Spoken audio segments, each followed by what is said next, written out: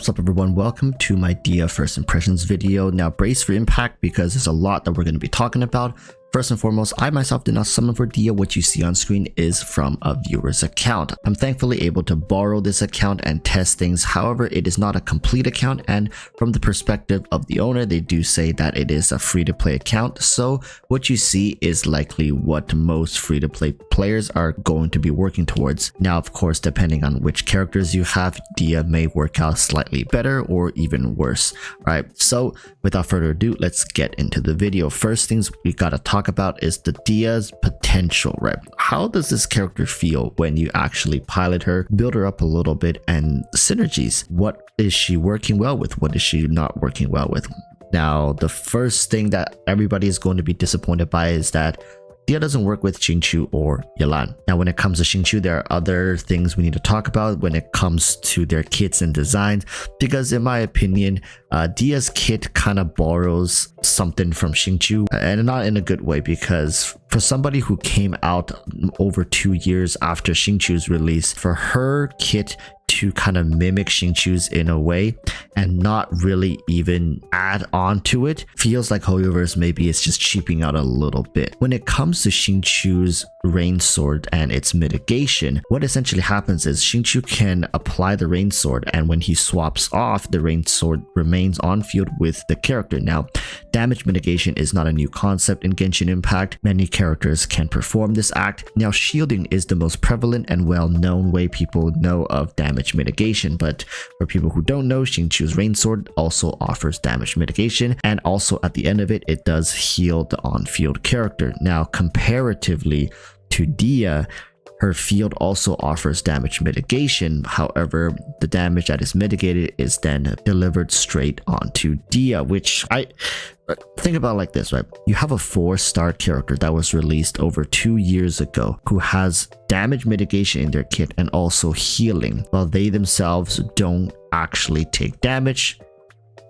And then you have Dehya, who is a character, a 5-star release 2 years later, which offers something similar, albeit mitigation wise you can say, oh, you know, she mitigates more, but at the same time she also takes that damage. So combined, when it comes to team damage taken, your team's taking just as much damage as Dehya. Dehya has certain talents in her kit that allows her to heal back some HP once she reaches certain thresholds, but Xingqiu's rain swords also heal you back at the end of its duration and whenever they're broken. So I'm just gonna leave that comparison at that, because this is only the very tip of the iceberg when it comes to Dehya and her synergies. Before her release, I did say that likely Dehya is designed for melt or burning, which by extension is melt. I'm gonna explain that a little more in the video later, but just understand this: when I say Dehya doesn't work with Xingqiu and Yelan, it's not like a challenge to you guys saying, oh, you know, try to make it work.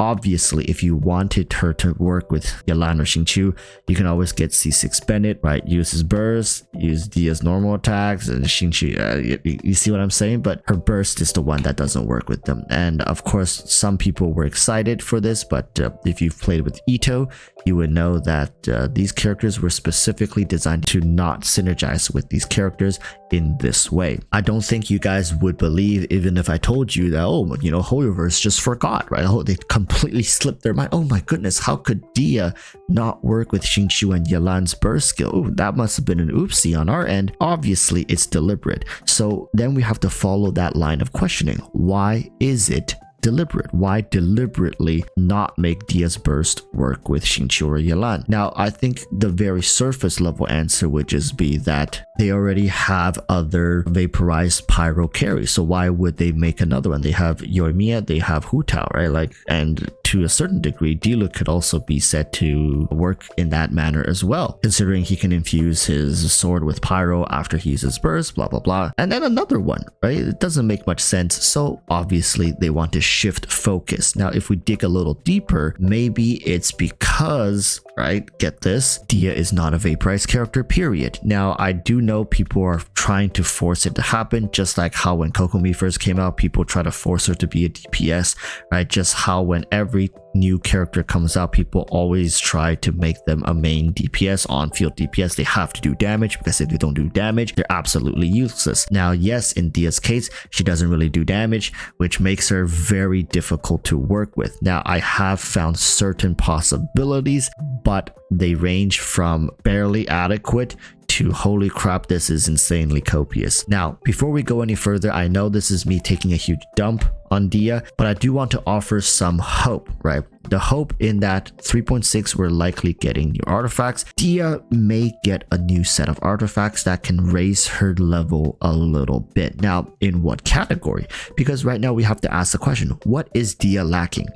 Scaling, damage, utility, application? What is she missing? Now, some of you might say everything, Walrus, everything. We need better scaling, hence better damage, needs better application, right? Hence more usefulness as an off-field pyro applicator.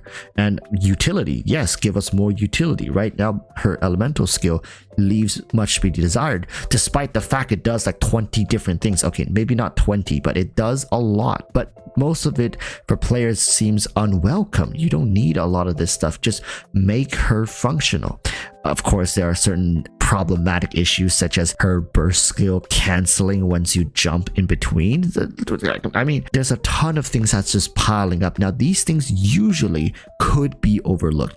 You're telling me if Dehya had a perfectly functional kit, and yes, her jumping does cancel her burst skill, but that wouldn't even be brought up if the rest of her kit was functional and, you know, powerful to some degree. Now, I mentioned that there's some hopium to still cling on to, and that comes in the form of likely 3.6 again in Baizhu. Now, stop. I know people are like, Walrus, just let it go. You know, she's not a good character. She's a standard banner character.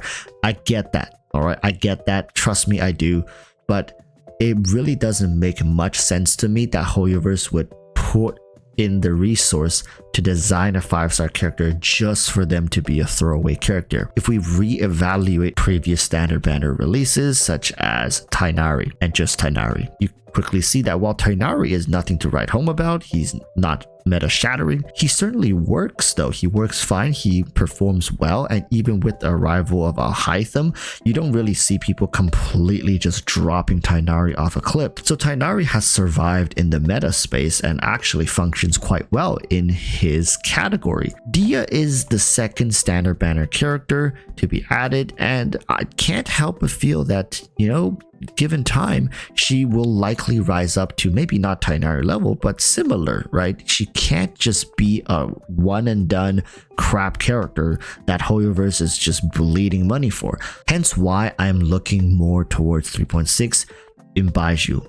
And why is that? Because right now what I found in Dehya teams is, because I brought Dehya, which is a mitigation unit, I'm trying my best not to bring a second mitigation unit or a healer, meaning I don't want another shielder on my team. I don't want another healer on my team. Oftentimes bringing these characters are a DPS loss, and you should not try to bring more than one if you can help it. And if you are really saying you have to bring more than one, this team likely is dysfunctional at best. That's just how Genshin is designed, right? So for example, in my Dehya teams right now, having Dehya in it, I don't want to bring Bennett, I don't want to bring Zhongli, I don't want to bring another shielder or healer that their job is to keep my team alive. Dehya should keep my team alive, and she's doing quite a miserable job at it when it comes to this free-to-play account. Now, will things change if I do more damage? Who knows, right? The clips you have seen on screen is me running Rosaria, which leaves much to be desired in the damage category. But my point here is not really the damage output, but rather team synergy. When it comes to Rosaria in this melt team, things work out quite well. Now, when we get to Abyss 12, the scaling disparity starts to show, and I'm unable to clear through the content anymore, and I'm just taking too much damage, taking too many rotations to kill the mobs. But I want to demonstrate that in concept, the burning melt combo actually works quite well, and if you have a well-scaled, well-built Ganyu, you likely will be able to still crush through content, which then begs the question, is Dehya the only character available that can help you do this? Which the answer is obviously no. There are other meta variations variations of Ganyu melt, reverse melt, even with EM Ganyu, it works fine and in fact better, more consistent with Zhongli. So once again, we're at a pitfall, right? Like, what are we to do with Dehya? What can she do? What is her purpose in this game? I remember asking this question way back when Electro was still in a state without Dendro. I was asking, what is the purpose of these characters, right? Strong characters, meta characters, or just good, well-designed characters have a purpose. You'll clearly see it. They have reasons for utilization. Same with Kokomi. Once she was released into the game, it didn't take people very long to find her purpose, even though in the very beginning, people rushed onto her trying to be like, oh, she's a vaporized character. She's a vaporized healer, until they understood the importance of her role and how she fulfills a need in the Genshin space. What does Dehya fulfill? Right, people will say, what about her super armor application, meaning that she gives you interruption resistance, which is welcomed. Of course it's welcomed, especially if you have Ganyu, if you have these characters, but at the same time, it's not for the full duration of her elemental skill, which is also really awkward. It actually makes it very confusing at times when you have super armor and when you don't have super armor. And now, let's be honest, Genshin in-game indicators for buffs and debuffs are not very clear. They are obscure at best. And just to add onto that, when are we ever going to get a shield HP indicator or shield HP gauge to let us know how much HP our shield still has left, right? A lot of this stuff is just intuitive to most gamers, but as Genshin is still developing, maybe in the future these quality of life changes will come. But back to the topic of Dehya, a lot of what she does seems to just be lukewarm, if that makes any sense. It's not potent enough to say that it's good, but it's not negligible enough to say that it doesn't matter. Does she bring damage? Yeah, but it's not enough. Does she bring application? Yeah, it's enough. Only if you use it for what likely is its intended purpose, which is to synergize with Dendro and create burning reactions, which then also in turn hurt your own teammates, which Dehya is supposed to mitigate some of that. But with the lack of a healer in the team, you really run into the issue that if the fight drags on for a little too long, in the case of my team, I'm doing a lot of damage to myself. If you guys saw the clips on screen that I've shown, even in the overworld, when I was running Dehya without a healer, my Rosario was just getting burned left and right, and I have no way of healing that damage back, which is very problematic. Which leads me to say, well, am I now forced to either bring a secondary healer apart from Dehya's damage mitigation instead of Kazuha, which actually provides a lot of additional damage for the team, which is a damage loss. It's a damage loss, and I don't know how to fix it, at least right now, for the teams that I want to run, which again leads me into Baizhu. Okay, you see, this is where it gets interesting, because Baizhu, if he comes in and does what I think he does, which is healing and Dendro application and maybe some sort of a Dendro damage off field as well, a lot of these issues start to fade away. Now, does it solve Dehya completely? Absolutely not, but problems do start getting resolved. So in the meantime, instead of running maybe Kazuha, I should be running Yao Yao on this team. Gives even more Dendro application, gives healing, and some level of off-field damage support, which it's not enough, obviously, but I'm hoping that when Baizhu comes, he can provide enough damage to complete this team and make it feel optimal. All in all, Dehya definitely feels like a character that is still in development, as much as it pains me to say.